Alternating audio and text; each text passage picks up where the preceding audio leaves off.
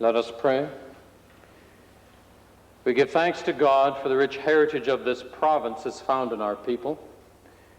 We pray that native-born Albertans and those who have come from other places may continue to work together to preserve and enlarge the precious heritage called Alberta.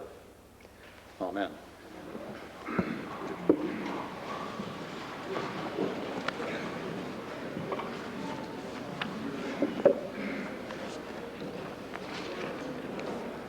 Introduction of visitors.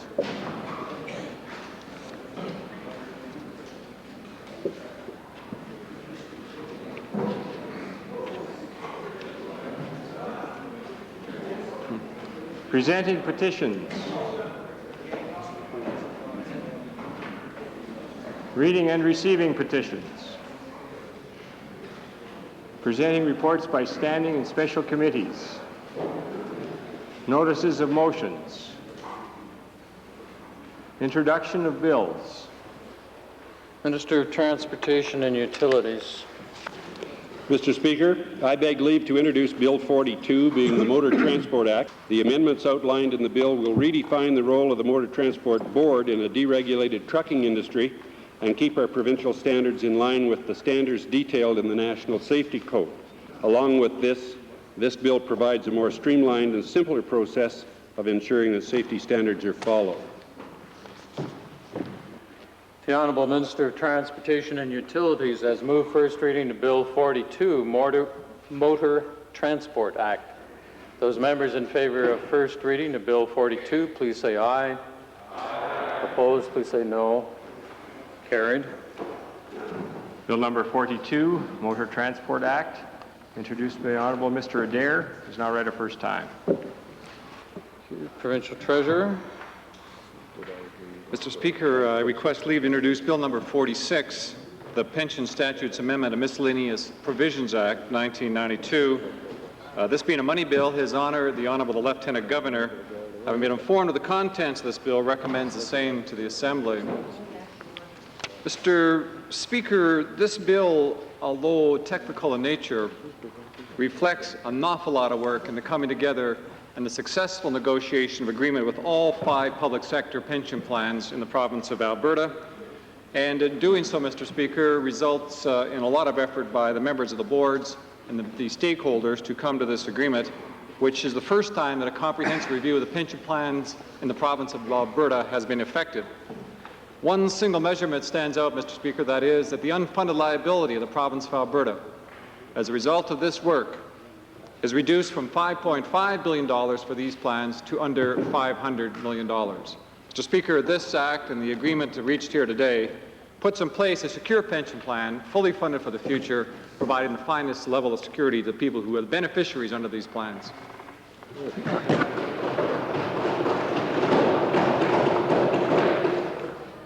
The Honourable Provincial Treasurer has moved first reading to Bill number 46.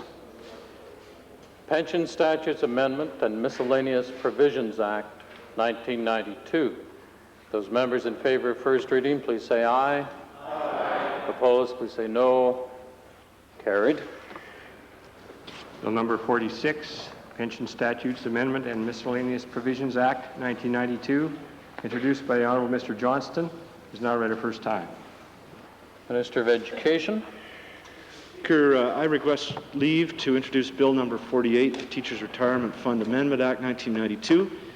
This being a money bill, His Honour, the Honourable Lieutenant Governor, having been informed of the contents of this bill, recommends the same to the Assembly. Mr. Speaker, this legislation puts in place and legislates the May 29, 19 Memorandum of Understanding, agreed to by the government and agreed to as well by members of the Alberta Teachers Association. The Honourable Minister of Education has moved first reading to Bill number 48, Teachers Retirement Fund Amendment Act 1992. Those members in favour of first reading, please say aye. Aye. Opposed, please say no. So ordered. Bill number 48, Teachers Retirement Fund Amendment Act 1992, introduced by the Honourable Mr. Dinning, is now read a first time. Glenmore. Thank you, Mr. Speaker. I request leave to introduce Bill number 50, being the Professional Statutes Amendment Act 1992. Mr. Speaker, this amendment proposes changes to several statutes: the Optometry Professional Act, the Ophthalmic Dispensers Act, the Health Disciplines Act, and the Pharmaceutical Professional Act. And some of the important changes to the Health Disciplines Act is the regulation of midwifery for the first time in Alberta.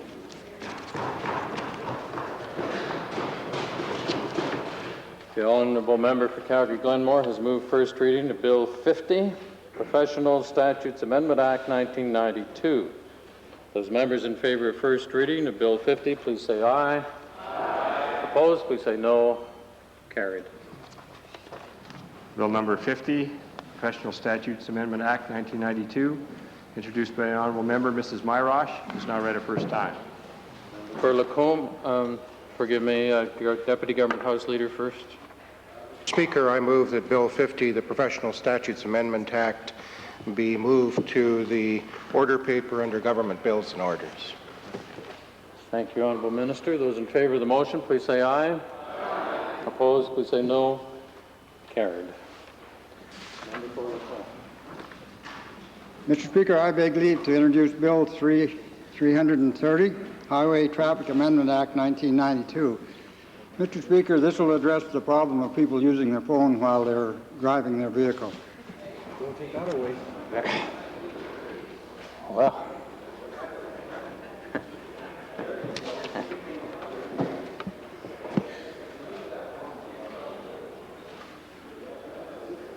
You've certainly caught my attention, I'll tell you.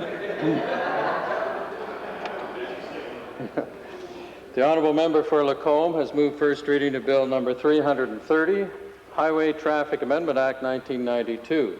Those members in favour of first reading, please say aye. Aye. Opposed, please say no.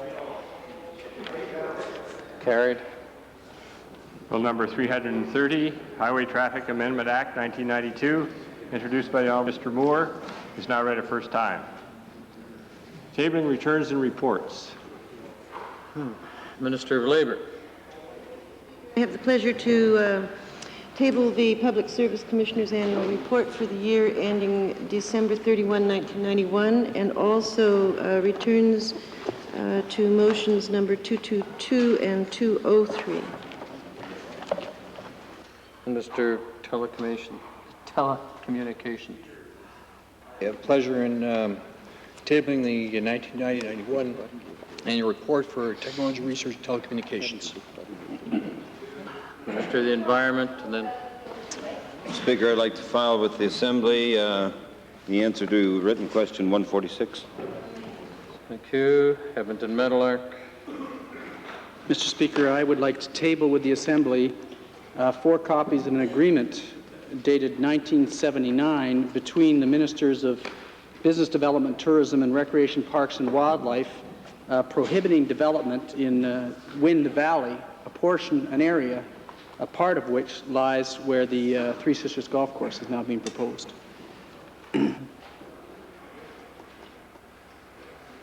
Edmonton Jasper Place.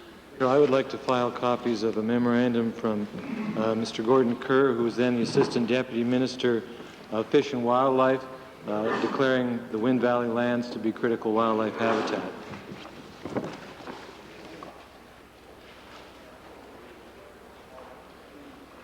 Introduction of special guests.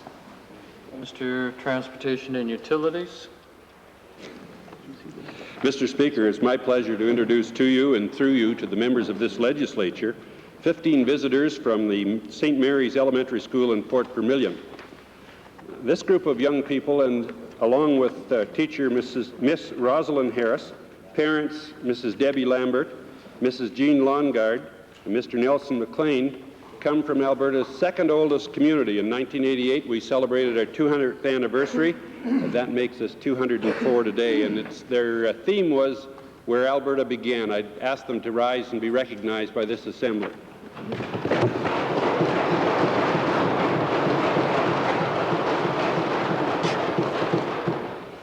Member for Calgary-Glenmore, followed by the Minister of Advanced Education. Mr. Speaker, I'd like to introduce to you and through you to members of the Legislative Assembly 4 professional groups who are represented here by, first of all, the Alberta Pharmacists Association, Ms. Kalawashin, President, and Mr. George Eberhardt, the Registrar, and the Alberta Guild of Ophthalmic Dispensers, Mr. Murray Scrambler, President, and Mr. Drew Jeffries, Executive Director, the Alberta Association of Optometrists, Dr. Irv Zemrau, Member of Council, Dr. Shane Keddy, Member of Council, Dr. Larry Geese, Chairman of the Legislative Committee, Dr. Tom Lampert, Secretary-Treasurer of Red Deer, and Mr. Speaker, the Alberta Association of Midwives, Dr. Peggy Ann Field, President, Ms. Beverly O'Brien, Secretary, Ms. Sandy Pullen, Treasurer, and Ms. Pat Hayes, Professor of the Faculty of Nursing of the University of Alberta. Also attending is Mr. Dennis Gartner, Executive Director of Professional and Occupations Bureau. There are 13 guests. If you'd please rise and accept the warm welcome from the Assembly. They're in the members' gallery, I believe.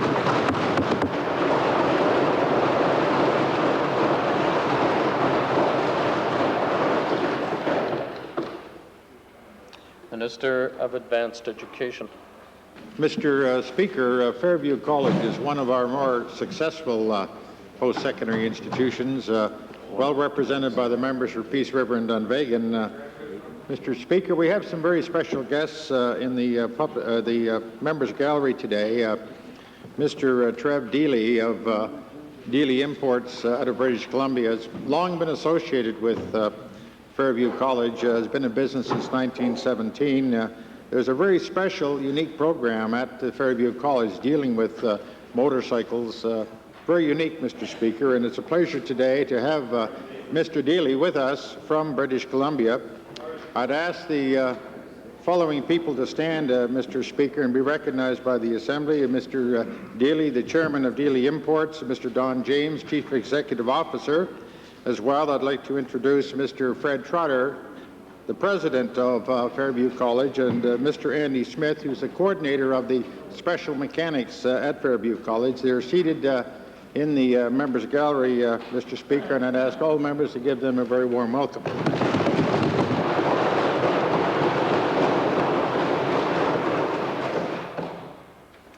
Member for Dunvegan. Well, thank you, Mr. Speaker. It's a privilege and a pleasure today to introduce to you and to the members of the Legislative Assembly 34 visitors from the Savannah School in the wonderful constituency of Dunvegan. They are accompanied today by teachers and group leaders, Mrs. Holly Pittman, Mrs. Gail Congo, Mrs. Denise Wilson, Miss Marina Buchan, Mr. Lauren Martin, Mr. Gary Friesen, and Mr. Bill Van Duggan. I'd ask them to rise and receive the warm welcome of the Assembly.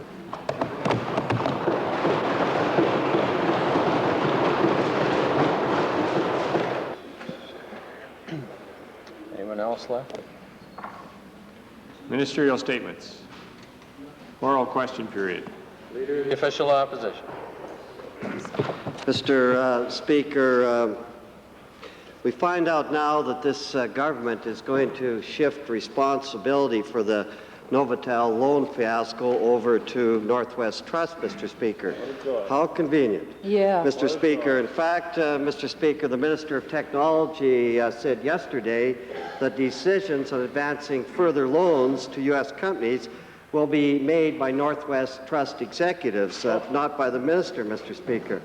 Now, Mr. Speaker, frankly, this is outrageous. What we're going to have is another group of conservative appointees handing out taxpayers' money, Mr. Speaker. That's right. Now, the point I'd make, Mr. Speaker, is this is exactly how the government has wasted more than $500 million of taxpayers' money by not taking responsibility themselves for these Novotel loans. Mr. Speaker, it appears that history may repeat itself.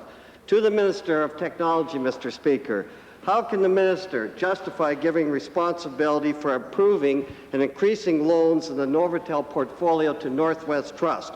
Where is the ministerial responsibility here? Good point. Well, Mr. Speaker, the portfolio will be managed under contract by Northwest Trust. They are people who are professional in this regard. We feel that the political influence should not play any important role at all, or any role with respect to the management of that portfolio. They will do it in a responsible, professional manner. Isn't that what they just said about the Novotel executive before, Mr. Speaker, the one that ran us into millions of dollars of losses? Right. Now we're going to turn it over to another group of conservative appointees to do precisely the same thing. Well, they never learn, Mr. Speaker. Right. Mr. Speaker, and let us not forget that Northwest Trust was a recipient of a $50 million government bailout in 1987, Mr. Speaker. Right. What we're really doing, if I may say so, Mr. Speaker, is going from the frying pan to the fire here, Mr. Speaker. My question to the minister is simply this: why should Albertans have any confidence that executives of Northwest Trust will do any better with the Novotel loan portfolio than the executives of Novotel, Mr. Speaker, while the minister shirks his responsibility? Well, Mr. Speaker, they will take over this portfolio on the basis that there will be no new commitments, financing commitments given, that they will be honoring the existing contracts, and they will be managing the affairs of the systems financing business in a professional way. In the meantime, Mr. Speaker, and again, forward the Auditor General giving his confirmation of this, is that there is no indication whatsoever that the systems financing portfolio is not adequately provided for insofar as any of the potential losses in that regard. The final figure stands, an assessment has been done. The Auditor General will review that assessment, and I'm sure will confirm it. Nobody believes that. How can you keep saying that, Mr. Speaker? Nonsense. Now, Mr. Speaker, what they're trying to do here, by shifting it over to another group of Tory hacks, frankly, Mr. Speaker, is to avoid responsibility. If you remember what they did with Northwest Trust, the government only owns 99% of it, and they hand out the bad loans off to SOFCO, which they only own 99%, so we can't get the information in public accounts. In fact, the last time we got information from this treasurer, Mr. Speaker, was over 2 years ago, Mr. Speaker. And my question to the Minister of Technology is simply this: isn't this true, that this is just, Mr. Speaker, another cover-up so that the government doesn't have to report their mismanagement to the people of Alberta till well after the provincial election? That's what it's about. That's what it's all about. Mr. Speaker, may I just reiterate again that there's no hiding of information, there's no cover-up. All of these matters have been put in the hands of the Auditor General. How can you contend that there is a cover-up in that? And with respect to the administration of the portfolio, the provincial treasurer may wish to augment my answer. Provincial treasurer, briefly. Mr. Speaker, it is unfortunate the member from Norwood would lead the people of Alberta to such terrible conclusions as his misleading questions would suggest. Mr. Speaker, let me make it very clear that with respect to Northwest Trust, the government acquired Northwest Trust together with $300 million worth of workout assets for not 1 cent. The taxpayer of Alberta has no money at risk with respect to Northwest Trust. CDIC, Mr. Speaker, CDIC provided over $275 million to the province of Alberta to restructure Northwest Trust, and in return, the province of Alberta took over Northwest Trust, now a viable financial institution in Alberta and in Western Canada. And at the same time, Mr. Speaker, we received over $300 million of assets. Did not cost the taxpayer of Alberta 1 nickel, Mr. Speaker. And that member knows it. He's absolutely misleading. Now, secondly, Mr. Speaker, let me make the record extremely clear on this issue, that Northwest Trust is acting as a collection agency, working on a fee for service, is not at all have any of its money at risk, nor does it have any depositors' money at risk. And this is extremely important, Mr. Speaker, because the member from Norwood is causing Northwest Trust some stress. Not 1 nickel of the government of Northwest Trust money is at risk, no depositors' money being used here. Now let's get the record straight. It's a collection contract only, no dollars at risk, and the member from Norwood is absolutely false in his allegations. No, order, please. Order. Order in the member's own caucus so we can hear what's going on next. Second main question, Leader of the Opposition. Well, Mr. Speaker, they put the records out. They haven't been out there for 2 years from SOFCO. That's right. Mr. Speaker. Yeah, then we'll find out. Yeah. Mr. Speaker, my like to designate the second question, the member from Edmonton Jasper Place. The question is over. Thank you. Order, please. Order. Edmonton Jasper Place as well. Edmonton Belmont. Thank you.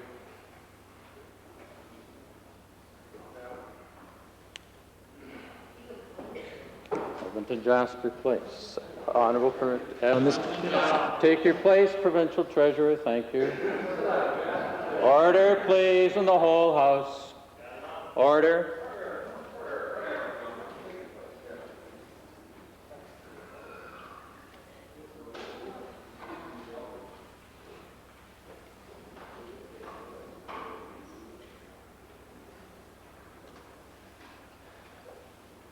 Edmonton Jasper Place.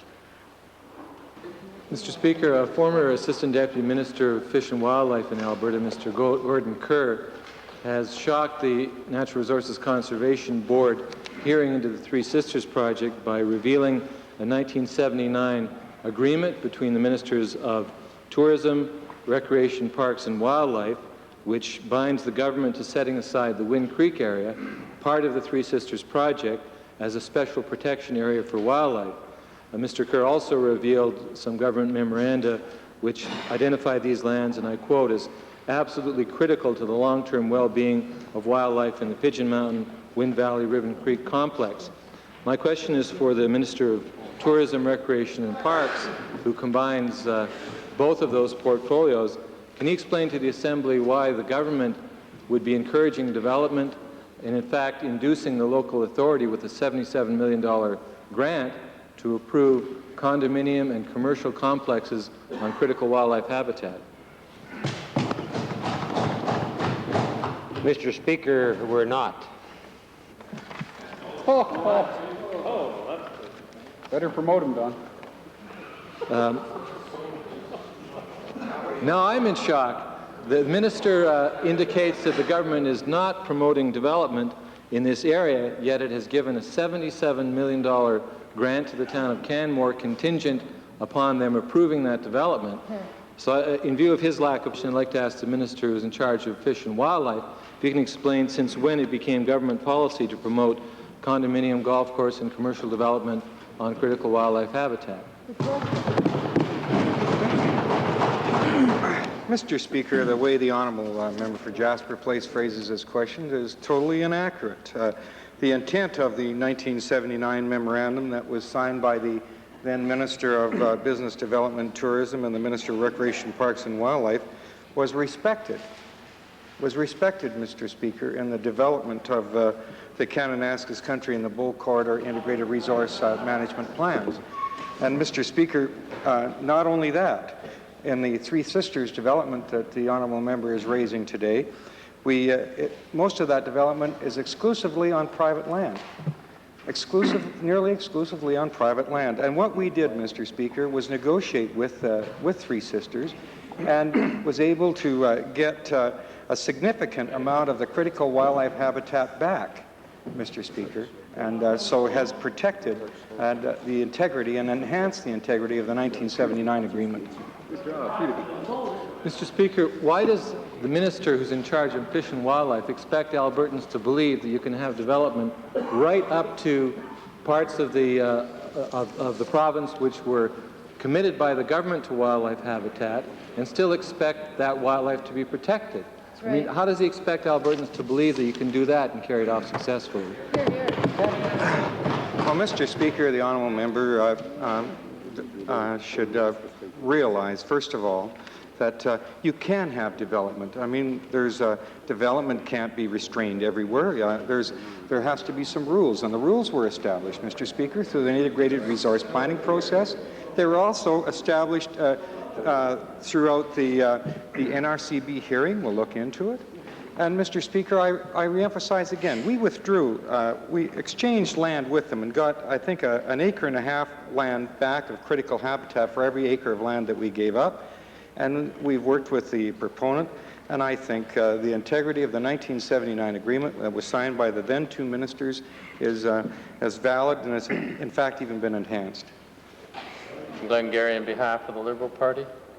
Mr. Speaker, the Chickens Novotel clearly are coming home to roost. Today, Standard & Poor, a major rating agency in the United States, changed its ratings outlook on Alberta, a ratings outlook which was previously shown as stable, to one which they now consider to be negative. This must be a signal of major concern for Albertans. My first question is to the Treasurer. Treasurer, confirm what Standard & Poor and all Albertans know, and that is that we're going to have higher deficits and more debt in the province of Alberta, Mr. Treasurer. Well, Mr. Speaker, let's be absolutely clear as to what Standard & Poor's did do today. They confirmed the province of Alberta's credit rating as the second best in Canada, and no change at all in terms of the credit rating of this province, Mr. Speaker. We can borrow money as reasonably as anybody, in fact cheaper than any province in Canada. And Mr. Speaker, the member from Glengarry knows full well that he's shading the truth when he makes this kind of a question. It's a disaster. It's a disaster. Mr. Speaker, just for the record, the ratings outlook by Standard & Poor's says that they expect for Alberta continued sizable budgetary imbalances over the medium term and sizable increases in the provincial debt. So just for the record, Mr. Treasurer, get your facts straight and tell Albertans the truth. Now, my second question to the Treasurer is this. The Treasurer was laughed at when he brought forward his Spending Control Act. And it's obvious that Standard & Poor don't think much of it either. I'd like to know when the Treasurer is going to take the first real step and commit to cleaning up this Spending Control Act to cover all government expenditures, not just the selective ones that he's included. Mr. Speaker, let me say that we did introduce some important legislation which deals with the spending control, which will be debated very soon in this legislature. And in part, it's the reason that we have this strong expenditure control in place, both historically and now legislated, that in fact we have been able to maintain this very high rating in the world capital markets.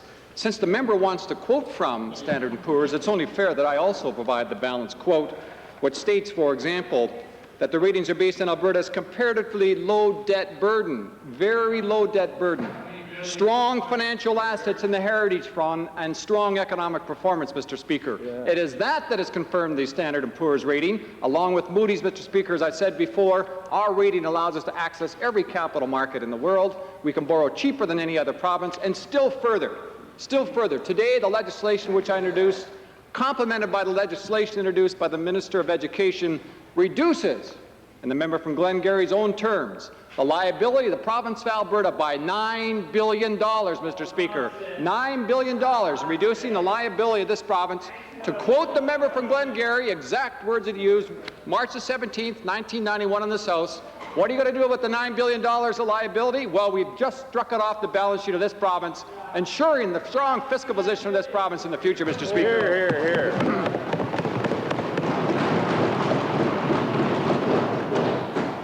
Mr. Speaker, this is the same treasurer that told us that we were going to have a balanced budget last year.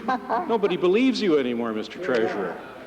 Mr. Speaker, we've had 7 consecutive deficit budgets. Moody's says that our debt is now over $20 billion, our consolidated debt. I want the treasurer to tell us when he's going to put a real plan to deal with deficits and to start paying down our debt. When are we going to see that real plan, detailed plan?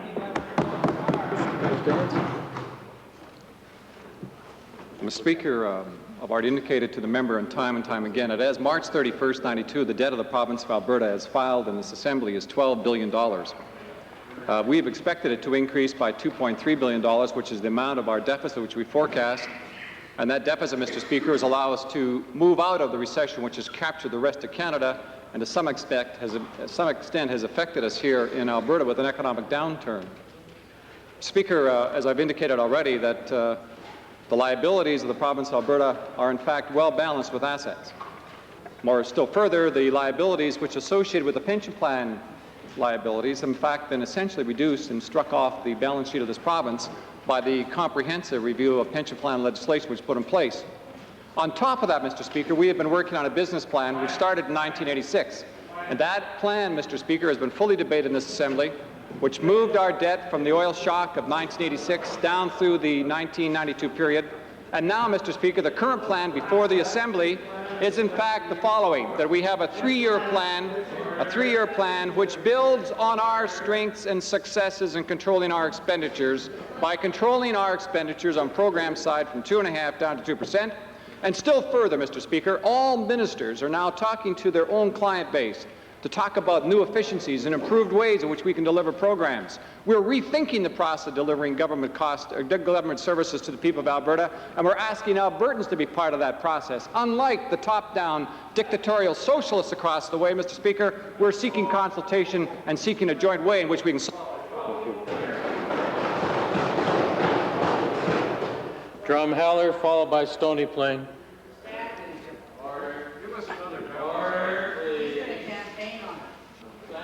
Honorable members. Drumheller, followed by Stony Plain. Thank you, Mr. Speaker. My question is for the Honourable Minister of Federal and Intergovernmental Affairs, and it arises out of the fact that over the past 3 months, the province of British Columbia has reportedly advocated 6 different proposals regarding Senate reform. And I would like to ask the Minister of Federal and Intergovernmental Affairs to say whether the 6th proposal brought by Hoda, the British Columbia minister in charge of constitutional matters, to his meeting with the minister yesterday whether it is a helpful new suggestion in the area of Senate reform. Mr. Speaker, the Honourable Minister Mr. Sahota, in his remarks to news media yesterday, following his meeting with me, indicated that what they had proposed was a reversion to an idea that has been around for some time, that being the creation of a Council of the Federation or the House of the Provinces, whereby elected representatives from individual legislatures would form the upper house in the federal parliament. He did propose an option, of course, which was of some interest, and that would be that each province could determine whether or not those members would be just appointed from individual legislatures or elected by a popular vote province-wide. The idea, of course, had been suggested to Albertans in the document circulated by our government, I think in 1981-82, and was the subject of a discussion by the Select Special Committee chaired by the Honourable Dennis Anderson, and was taken to Albertans for their consideration and rejected quite overwhelmingly by Albertans who made representations to that committee. And from that discussion flowed the Select Committee report, which was unanimously endorsed twice in this Assembly, and again approved in principle by the Select Special Committee as a result of our most recent hearing. So I was able to point that out to my colleague from British Columbia, and while I'm sure his visit here and the idea was well-intentioned, it has not in the past proven to be acceptable to Albertans, nor has it, in my view, been debated or discussed really in any adequate way during the course of the last 3 months of meetings in which I've been involved on behalf of Albertans. Supplemental, Mr. Speaker. Can the minister report on meetings held this morning between his officials and officials from the federal government regarding this constitutional reform file? Well, Mr. Speaker, as everyone in Canada should be aware, the Clerk of the Privy Council, Paul Tellier, visited with Atlantic provincial officials yesterday, and today met in Calgary with the representatives of the Westies. Clearly, the subject of Senate reform remains a major concern to Albertans. Some of the arguments advanced, one in particular which I think was dealt with this morning by my officials, was that by having a Triple E Senate, we would subject the government to the rule of 17% of the population of Canada as represented by the smaller provinces. And we were able to point out in that meeting that in similar equal elected and effective senates in Australia, the percentage of the smallest, least populous states is 13%, and in the United States of America, the population of the 25 least populous states is 15%. So that principle, which had been so seriously urged upon us by the opponents of EEE, I think is effectively answered, and particularly with respect to Australia, where the British parliamentary system is in place, where 13% of the population is represented in the smaller states. So I think we were able to answer that argument today. In all other respects, I don't think much changed as a result of the meetings that took place in Calgary this morning. Like Calgary Northwest. Thank you, Mr. Speaker. Mr. Speaker, I'd like to commend the Minister of Education for introducing legislation that entitles the Francophone community to operate their own schools. I'm glad the Minister has finally agreed to abide by the Supreme Court decision. Unfortunately, Bill 41 also includes a number of other amendments that are irrelevant to Francophone education. Albertans were led to believe that the Francophone education legislation would be freestanding. Given the importance of Francophone education legislation, could the Minister explain why the legislation was not introduced as a standalone amendment, thereby giving Francophone education the status it deserves? Mr. Speaker, the Francophone education management and control structure that is spelled out in the amendment to the School Act will, when it's all said and done, be contained within the entire School Act, which doesn't just meet the needs of one particular group, but speaks to the needs of all Albertans, including those Albertans who enjoy rights under Section 23 of the Charter.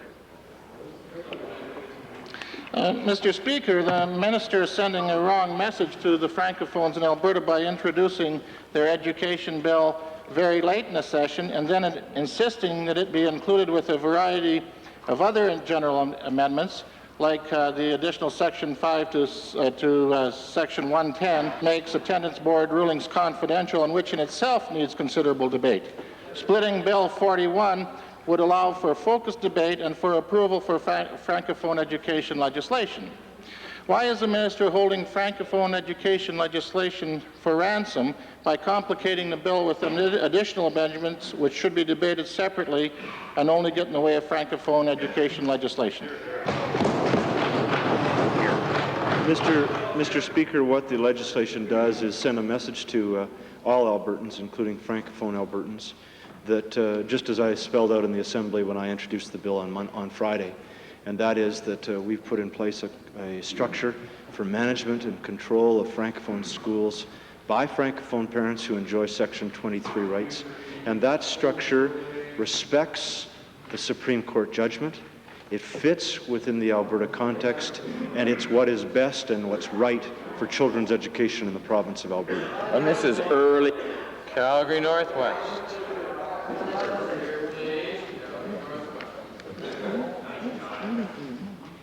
Thank you, Mr. Speaker. In 1987, when the government had to bail out two failing finance trust companies, it set up 354713 Alberta Limited, also known as Softco.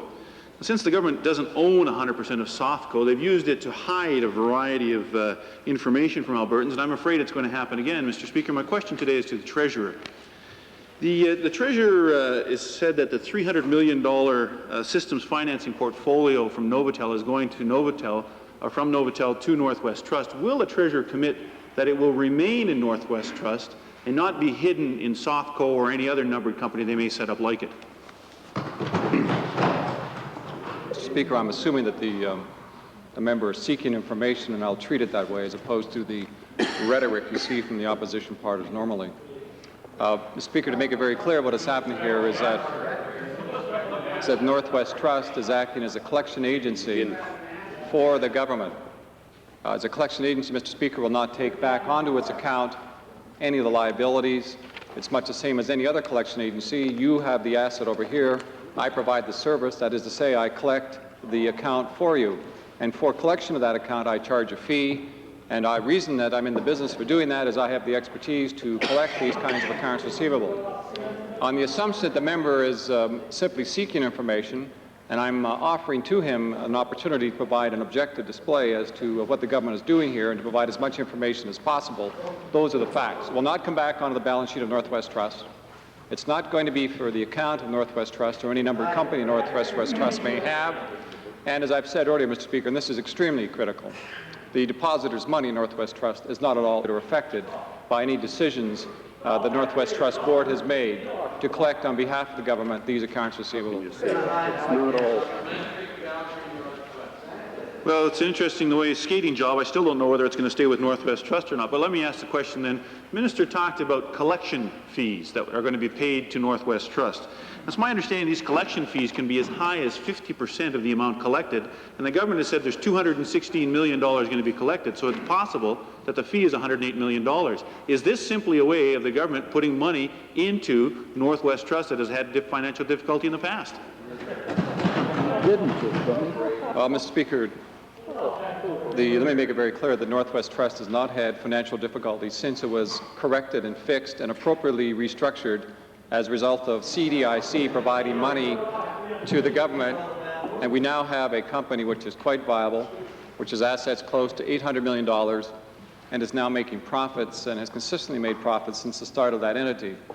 At the same time, Mr. Speaker, we have worked out the difficult assets which were part of Northwest Trust portfolio, which were given to the province to manage, had no cost attached to them, Mr. Speaker, that we undertook to work them out, to ensure that we put them back into the marketplace, into the private sector, on a reasonable basis without disturbing the market. And we have done just that. Essentially, the portfolio, and if you include in that the adjustments for the credit union system, approximately $600 to $650 million worth of real estate have been moved out of the government's hands into the private sector by effectively taking the time to work up the properties, finding reasonable financing for them, and putting them in place. So we know we have the expertise to handle these kinds of problems. But let me stress again that we have negotiated, the government has negotiated with Northwest Trust and the board of directors there, a fee-for-service basis, which is based on reasonable commercial terms, not at all like what the member just described, which will allow Northwest Trust to generate some fee revenue, and in fact will allow them to work out the portfolio that's been presented to them and will not at all impact on the balance sheet. That's the upfront straight statement, Mr. Speaker, and that's the way to... Thank you. Calgary Glenmore, followed by Edmonton Highlands. Thank you, Mr. Speaker.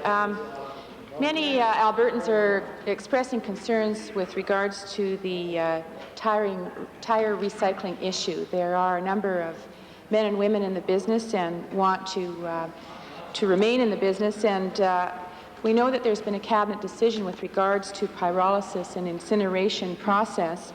Mr. Speaker, we also know that the Premier has asked for a scientific review with regards to this recycling process. My question is to the Minister of Environment. Could the Minister please explain the whole process of reviewing this scientific study and again reconsider these proposals using the pyrolysis and incineration method? Well, quite simply, a committee was formed under the auspices of the Premier to look at, on a scientific basis, pyrolysis and incineration. And this is being done through the Alberta Research Council with the assistance of Dr. Tollefson from the University of Calgary, who is an incineration expert. Basically, they will be bringing back a report to tell us exactly whether or not pyrolysis and incineration are environmentally safe and are reasonable technologies from an economic point of view. After that, a report will go, I expect, to government, and we will make a decision at that time as to whether the proposals that have been submitted relative to pyrolysis and incineration will be reconsidered. Thank you, Mr. Speaker. My supplementary question is with regards to the tire recycling fee. Could the Minister outline if all companies, and especially the small tire recycling companies, would have access to this tire recycling fee? It was always intended that the very small recyclers, the so-called cottage industries, would have access to the advanced disposal fee. Basically, the implementation of the advanced disposal fee has been delayed for two reasons. One is that we really don't have the legislative authority to put it in place, and we won't have that authority until that section of Bill 23 is proclaimed. And we don't know exactly when that is going to happen, so we have delayed the implementation to September. The other reason is that some of the tire dealers are still concerned about having to collect the advanced disposal fee and would like some more information on the kinds of promotional and educational materials that are going to be provided, and they want more details on the administration of that fund. So we're attempting to talk to as many of these dealers as we possibly can between now and September 1st. Mr. Speaker, the technology minister has cost Albertans well over $500 million just by two little transactions, buy, sell, buy, sell. Now, Mr. Speaker, on Sunday, the minister issues a news release saying that he's in favor of extending patent protection for pharmaceutical companies, in other words, brand name drugs. Mr. Speaker, the generic drug industry saves the healthcare system in Canada about $400 million a year. Why on earth is this minister, who's already cost taxpayers money they can't afford, what on earth is this man advocating changing the patent protection laws, which is going to cost our healthcare system? Right on. Mr. Speaker, obviously there will be a balance achieved. But in the meantime, pardon me, it's important that there be investment in research in Alberta. I'd be choked up too, Fred. Well, Mr. Speaker, let me tell you, all four Western provinces enjoy only 8% of Canada's R&D, Mr. Speaker, and it's dropping year by year ever since his federal counterparts introduced that rotten legislation in 1987. So, Mr. Speaker, is the minister telling us that for the $40 million more we're going to pay in Alberta for prescription drugs, that we're going to get $40 million more in R&D? Nonsense. Will he confirm that? In fact, it could be more, Mr. Speaker. It's important that the legislation be on the same basis as the rest of the world. And that way, we will get research dollars in this province.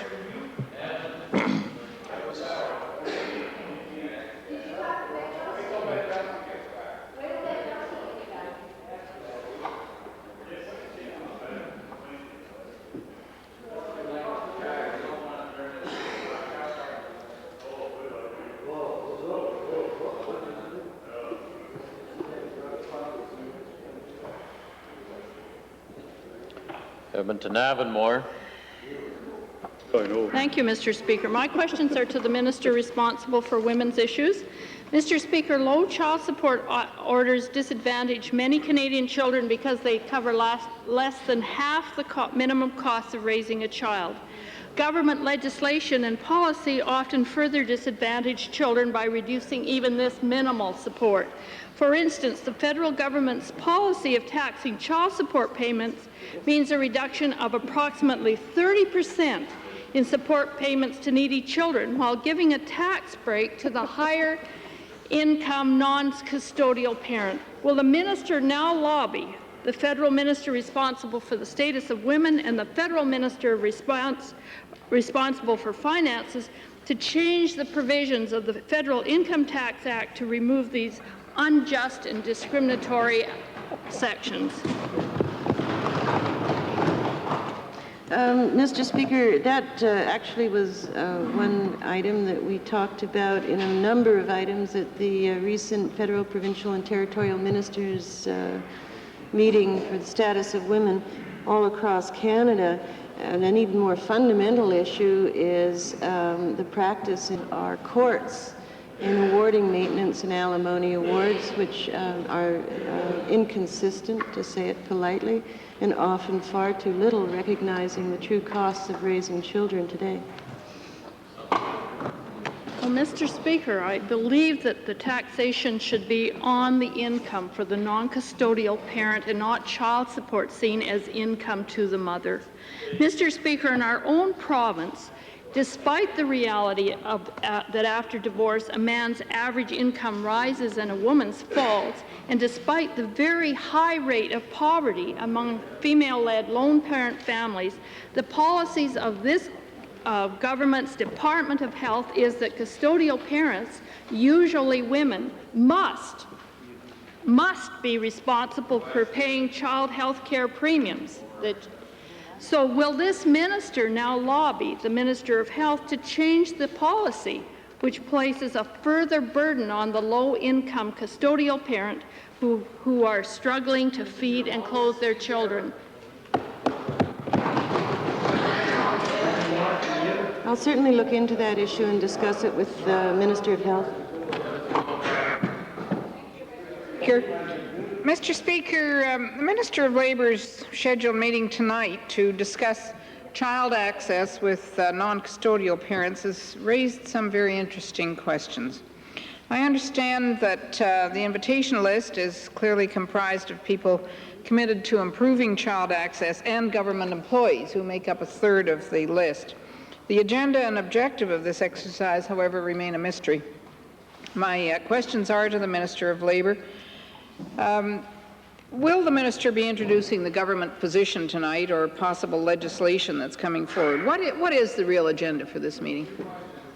Go and find out. Mr. Speaker, this evening the member for Banff Cochrane and myself have the pleasure of convening a meeting of people, various stakeholders. There are in fact representatives of non-custodial parents and non-custodial grandparents. There are also some practitioners in the family law field, including a judge and barristers and a person who works in mediation services.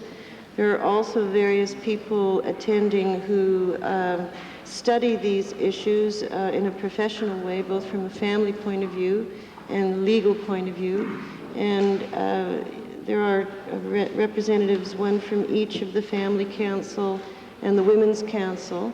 And then we do indeed have some staff members who will be assisting in the evening. We intend to have 3 discussion groups, a variety of stakeholders' perceptions and interests around each table to explore various issues related to access to children after a divorce. There is no position being put forward by the government whatsoever. Certainly my interest is in learning more about the issue, particularly since I think, having said that in these issues there is one interest which must be paramount, and I think everyone agrees with that, and that is the interest of the child or children that are involved. There are a diversity of other interests. There are also another diversity I think we need to recognize is the diversity of situations in which this issue can arise. And what I think certainly we all need to do is have as full and as textured an understanding of the issues and of what is being done across Canada in a variety of ways as all of us work towards... Thank you, Honourable Minister. I think there's a supplementary coming. Thank you. Thank you, Mr. Speaker. Well, I'd be reassured too if the minister will answer if the minister plans on holding a follow-up meeting with the unconverted here in the House, that is namely the government caucus, to bring them on side. These are the people that really need the education and consultation. Hear, hear. Thing to say. That's tacky. Hold the cores out to lunch again.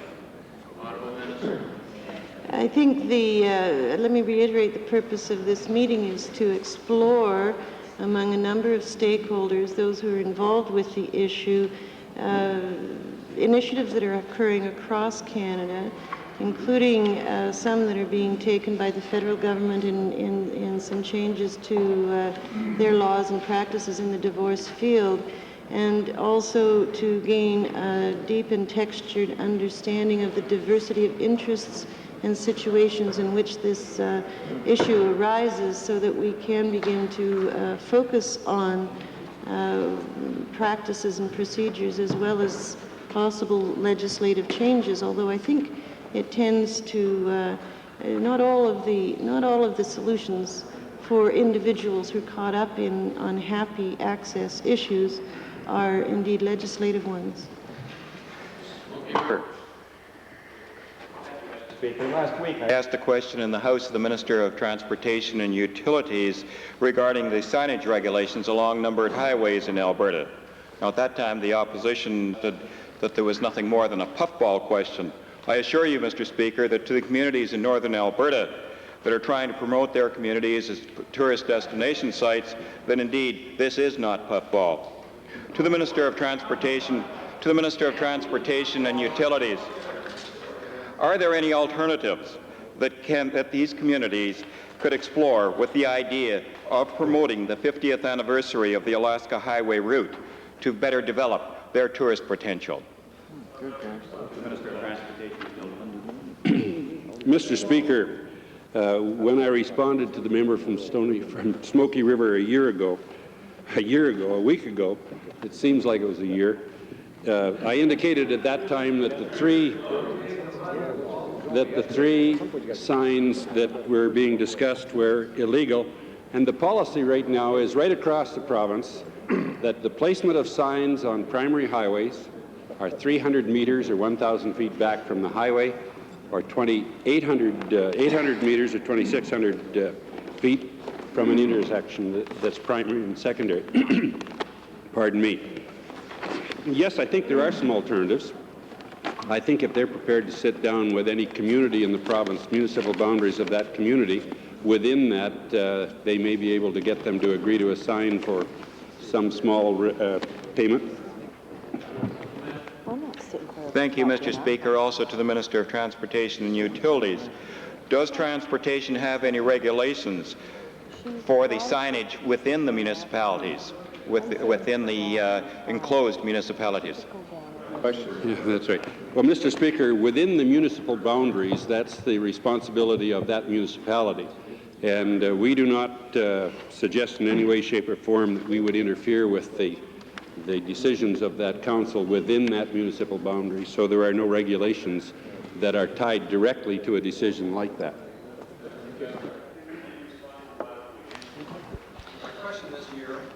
Thank you, Mr. Speaker. Mr. Speaker, in February of this year, the federal government dropped its regulations on age limits on betting on horse races, deciding that it was properly the responsibility of the provincial government. Because the provincial government has subsequently has not taken any action in filling the legislative void, we now have a situation where 8-year-olds are making bets on racehorses in both in Edmonton and in Calgary.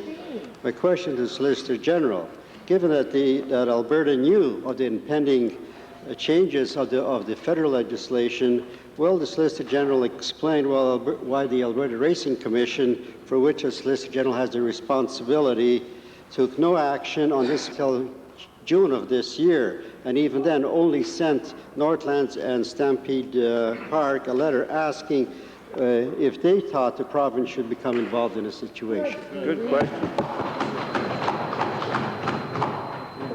Mr. Speaker, it was a long lead-in, and I didn't hear it all, unfortunately, but the Racing Commission does not lay with the Solicitor General's Department at this time, and I would ask the Minister responsible for lotteries to comment on that. Speaker, responsibility for the Alberta Racing Commission rests with this minister, and action has been taken with respect to the question of the minister that the member raised. Well, perhaps the minister could explain when the action was taken, Mr. Speaker, as well. But, Mr. Speaker, it's unacceptable that we have to permit young children to gamble on horse races.